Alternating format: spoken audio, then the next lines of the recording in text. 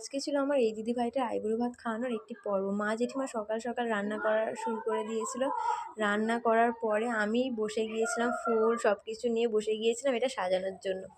আমি আর আমার বোন সাজাচ্ছিলাম। তারপরে দেখো আজকে কমপ্লিট হয়ে যাওয়ার পরে আমি একটু নাচা স্টার্ট করে দিয়েছি। এই যে ফুল, এটা পুরো ফাইনাল কমপ্লিট, ফাইনাল লুক যাকে বলে। আমাদের যে কোণে সেই আবার ফুলগুলো একটু ঠিক করে দিচ্ছিলো, একটু সরে সরে গিয়েছিলো তোর জন্য। আর এটাই আমার দিদি, ওরই বিয়ে সামনে। ও খাওয়ার সময় শুধু একটাই কথা বলছিল যে ও এত কিছু খেতে পারবে কি করে। তো আমরা সবাই বলছিলাম যে তুই আস্তে আস্তে ধীরে ধীরে খা, কিন্তু সবটুকু খেয়ে শেষ করে তারপর উঠতে হবে। তারপর আমি আর ও একসাথে খেতে বসেছিলাম।